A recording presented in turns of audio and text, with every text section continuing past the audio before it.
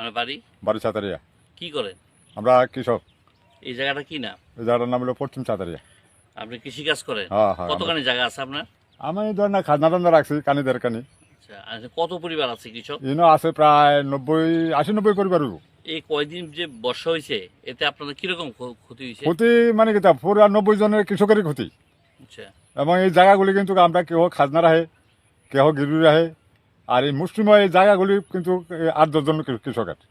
তারা তো আর সব জায়গায় করে না, তো তারা কিছু খাজনা দেয়, কিছু আপনার এই গিরবি দেয়, দিয়ে এইভাবে কিন্তু এই 90 পরিবার কিন্তু এইভাবে বাঁচা আছে।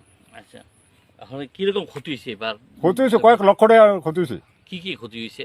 ক্ষতি হয়েছে আপনার কারকল, ঝিঙা, মরিচ, তারপরে হইলো করলা, উস্তা, তারপরে আছে আপনার চাল কুমড়, এসব জিনিসই বেশি আমরা আমাদের এখানে নষ্ট হয়েছে।